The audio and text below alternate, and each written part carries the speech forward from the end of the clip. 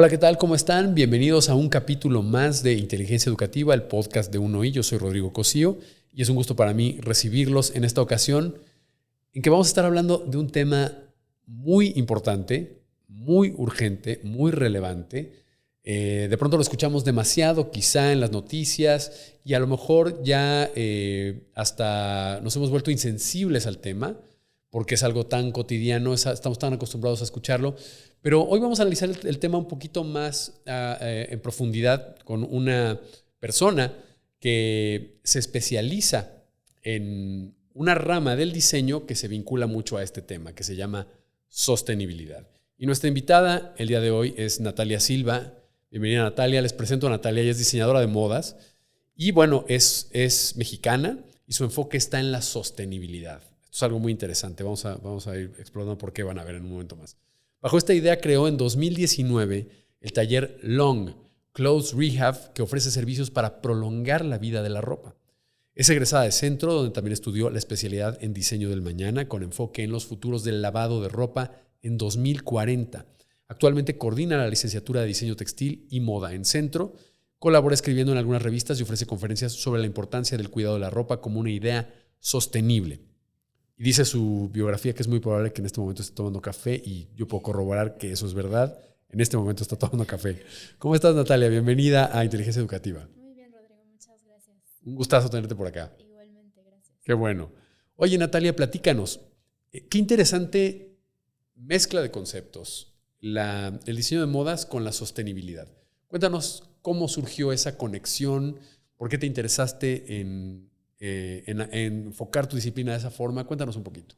Claro, pues creo que precisamente muchas veces creemos que estos conceptos no se mezclan, o qué diablos tiene que hacer una diseñadora de moda pensando quizás en el planeta, o por qué incluso en el lavado de ropa, ¿no?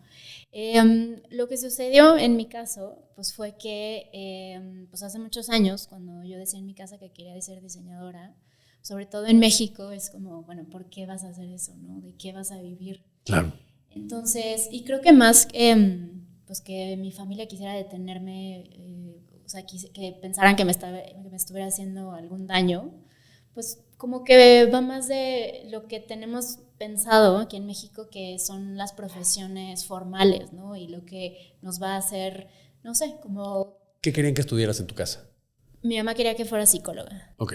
¿Ella es psicóloga? No, Okay. Bueno, es pedagoga. Pero le gustaba que... Ajá, tú le gustabas para psicóloga. Exacto. Okay. Mi papá no, pero pues, lo que fuera menos diseño de moda. Ok. Entonces, creo que es eso, ¿no? Como que aquí tenemos poco... O sea, creo que se ve poco valor en el diseño en México. Y ha crecido mucho en los últimos 10 años. Pero bueno, en mi casa, en el momento en el que yo dije quiero ser diseñadora, fue como un shock. Claro. Y pues bueno, a final de cuentas me gané la confianza de mis papás, me apoyaron, pero como que siempre me topaba con estos momentos en los que pues veía que la gente no valora la ropa que tenemos, ¿no? Ya sea que la desecha, ya sea que incluso la profesión, ¿no? Es que pues, el diseñador solo hace lo que ves en las revistas o en los desfiles de moda. Entonces, justo en esto de querer ganarme un poco a mis papás, empecé a trabajar antes de entrar a la universidad con una diseñadora de moda y hacíamos producciones muy chiquitas, colecciones muy chiquitas. Y cuando terminé la carrera, pues yo quería ver lo opuesto, ¿no? Cómo era el trazar una prenda, mandarla a un correo, en un correo a China, y que la produzcan en miles, ¿no? Lo que hoy conocemos como el fast fashion. En ese momento, hace casi 10 años, esto era muy poco conocido. No habían salido todavía los documentales que hablaban de esto, como todos los medios en los que pues vimos realmente lo que hay detrás de eso. Claro. Entonces, pues como cualquier persona que está en un proceso de admisión en un trabajo, pues me puse a investigar qué era lo que hacían, cómo operaban, porque pues, tú vas a la entrevista y quieres contestar a todas las preguntas, ¿no? Y pues para mí fue como abrir la caja de Pandora, por conocer pues, el impacto que tienen en el medio ambiente y las omisiones que hacen en derechos humanos. Y entonces ya no fue tanto como el dónde voy a trabajar, sino el cómo le hago saber a toda la gente que usa esta ropa que este es el impacto que tiene eso y que muchas veces el querer alejarnos y el decir yo soy ajeno a la moda, ¿qué va a ser un diseñador de moda? Es precisamente lo que afecta a este problema, es el ver a la ropa como desechable, es el no querer que te importe, deja tú el cómo te vas a ver, sino el que te importe de manera más consciente el qué te pones. Entonces cobraste conciencia del terrible impacto que tiene esta industria de la moda rápida, no solo en el medio ambiente, sino en las comunidades humanas que son utilizadas para producir este tipo de ropa. Exacto. Y que es consumida a gran escala en todo el mundo, no solo en nuestro país por carretadas, ¿no? Pero Exacto. en todo el planeta, ¿no? Sí. ¿Qué dirías? ¿Es una de las principales industrias contaminantes hoy en día? Pues mira, hace unos 7 años de lo que se hablaba es que se decía que era la segunda industria más contaminante en todo el mundo, después de la del petróleo. Esto se ha desmitificado y tiene que ver con que es una industria que depende de muchas otras industrias. Por ejemplo, de la del petróleo. A final de cuentas, hoy el 70% de la ropa que usamos es poliéster. Entonces, pues bien, es un derivado del petróleo. Entonces ahí está ligada, ¿no? Con la industria del transporte, pues bueno, a final de cuentas, toda la ropa que usamos pues se tiene que transportar desde que es fibra, desde que es hilo, textil, donde se cose, etc. Hoy se estima que una prenda puede viajar hasta 7 veces alrededor del mundo antes de que llegue a la tienda en la que tú la compraste. Entonces es una industria que depende de muchas otras y que al final de cuentas pues tampoco es como generemos esta escala para ver cuál es la que más contamina y pues así nos vamos para priorizar, ¿no? Entonces sí, sin duda su impacto tiene que ver no solo con el proceso de producción, sino también en la vida que le damos como usuarios, o sea, cómo vive en tu casa tu prenda y a final de cuentas qué es lo que decides hacer con ella una vez que termina su vida útil o que termina como la función para la cual llegó a tu vida. Y cuando tú te diste cuenta de esto, ¿qué decidiste hacer? ¿Cuál fue la decisión que tomaste? Pues mira, dicen que los millennials somos muy de emprender, entonces pues, lo que decidí fue emprender. En ese momento para mí quise enfocarme en el diseño infantil, un poco bajo la idea de que si la prenda más sostenible es la que más tiempo dura, pues bueno, hay un área de oportunidad en la ropa infantil porque pues dejan la ropa de la noche a la mañana. Claro. Entonces empecé con esta marca. Aquí en México fue como toparme con pared, ¿no? O sea, mucha gente diciendo, oye, pero ¿por qué voy a comprar una prenda por ese precio cuando puedo ir a una tienda de fast fashion y comprar 2 por ese precio o 3 por ese precio? Claro. Entonces, pues sí, creo que fue un poco una idea prematura y que de alguna manera dio impulso a lo que hoy es Long, mi taller, donde extendemos la vida útil de la ropa, ¿no? Como que para mí fue el saltar de una empresa a otra, pero con la misma misión. Explícame cómo hacen eso, cómo extienden la vida útil de la ropa, ¿cómo es el proceso? ¿La gente te lleva su ropa? ¿Qué pasa? ¿Cómo es, claro, cómo es la idea? Es un servicio muy personalizado. Tú nos visitas con tu prenda o tus prendas, nos cuentas un poco cuál es el problema instantáneo, tiene un agujero, lo que haya sucedido, pero después vamos entrevistando un poco, porque para nosotros es muy importante empatizar contigo y entonces saber que una prenda se puede solucionar no solo a partir de un parche, un surcido, sino que algo que tenga que ver con tu estilo personal, pero también con tu estilo de vida. Entonces, si tú me llevas 10 jeans que no usas, pues igual y no sirve de nada hacerte un delantal porque igual y no cocinas,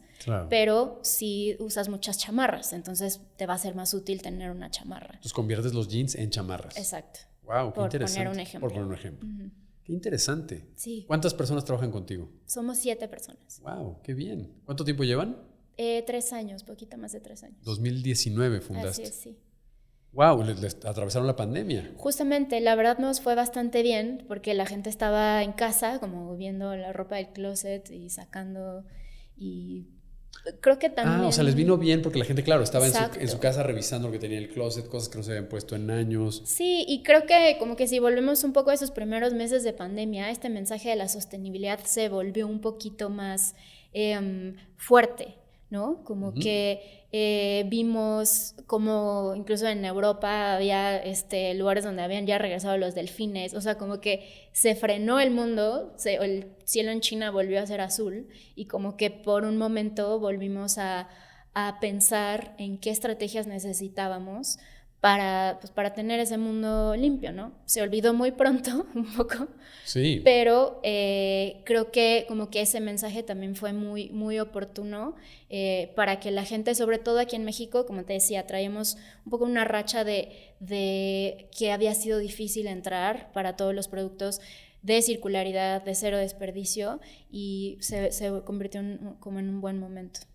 Hablemos un poquito de la sostenibilidad como concepto, ¿no? Es un concepto que está presente en la conversación, está en la narrativa social de este momento, pero ¿cómo lo ves? ¿Lo ves a la alza? ¿Lo ves a la baja? ¿Lo ves en conflicto con una cantidad de intereses ahí? ¿Qué está pasando con el concepto sostenibilidad? ¿En qué estatus se encuentra en este momento? Hay varias cosas. La primera es lo que se hace en la introducción, que hoy por hoy ya lo vemos en todos lados. Y tú vas al súper y el súper ya tiene una etiqueta de somos un súper sustentable.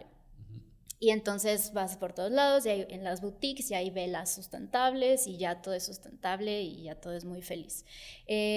También hace rato comentábamos entre estos dos términos, ¿no? Sustentabilidad y sostenibilidad.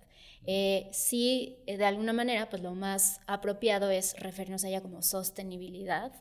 Y a grandes rasgos, o como digamos que si fuéramos a hacer el examen, decir la definición de examen, pues la sostenibilidad es cuidar los recursos que tenemos en el presente de manera que a las generaciones futuras todavía les alcancen.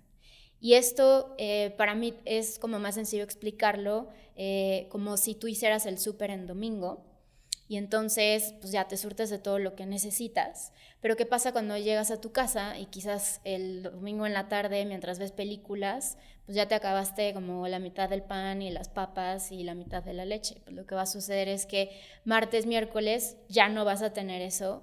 Y quizás lo que sucede es que no vivas solo en casa, ¿no? Sino que compartes esos recursos con alguien más. Entonces, pues ya para el viernes y sábado, pues ya no vas a tener nada. Y claro que cuando hablamos de recursos no renovables, pues no es tan fácil como volver al súper, Volver ¿no? al súper, exacto, exacto.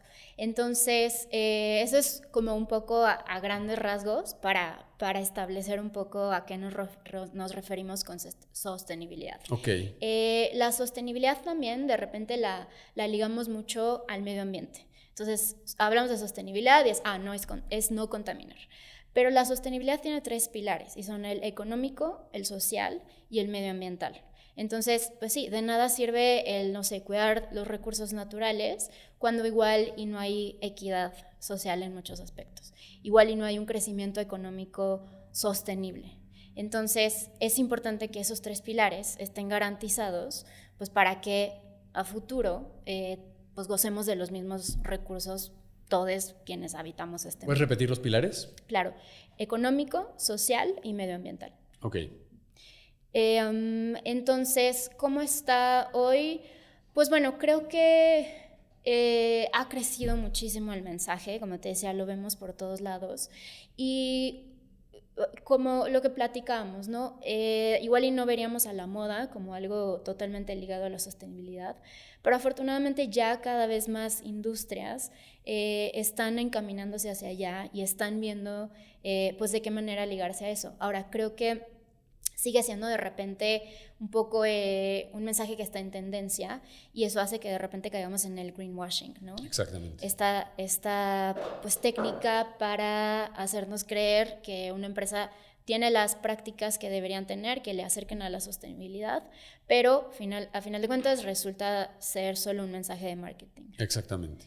Entonces, es muy común esa práctica hoy en día, ¿no? Es muy común y creo que viene, o sea, como que por ponerlo en palabras sencillas, si hoy es tan difícil que tú como individuo cargues tu termo de agua, tu bolsa para ir al súper, tus cubiertos desechables, tu popote metálico, generar cambios a nivel empresa, a nivel sistema, a nivel político, es todavía más difícil, ¿no? Claro. No significa que no tengamos que que ya ponernos a trabajar en eso, pero pues es extremadamente difícil. Entonces, por pues hacernos pensar que hay soluciones muy inmediatas y ya lo solucionamos y ya estamos llegando a ello, pues están generando estos mensajes de greenwashing, ¿no? Hoy muchas empresas te dicen, en 2030 ya vamos a ser sostenibles. Pues bueno, la realidad es que más bien 2030 es la llamada final. Entonces,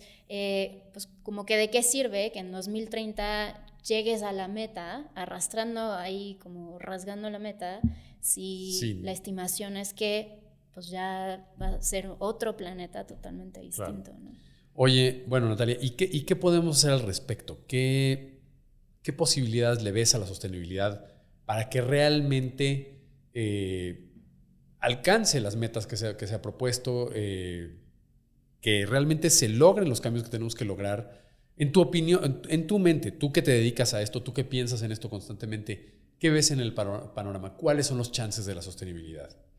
Mira, yo creo que, o sea, como que la pregunta que casi siempre me hacen justo al ser diseñadora es, yo como consumidor, ¿cómo puedo acercarme a la sostenibilidad?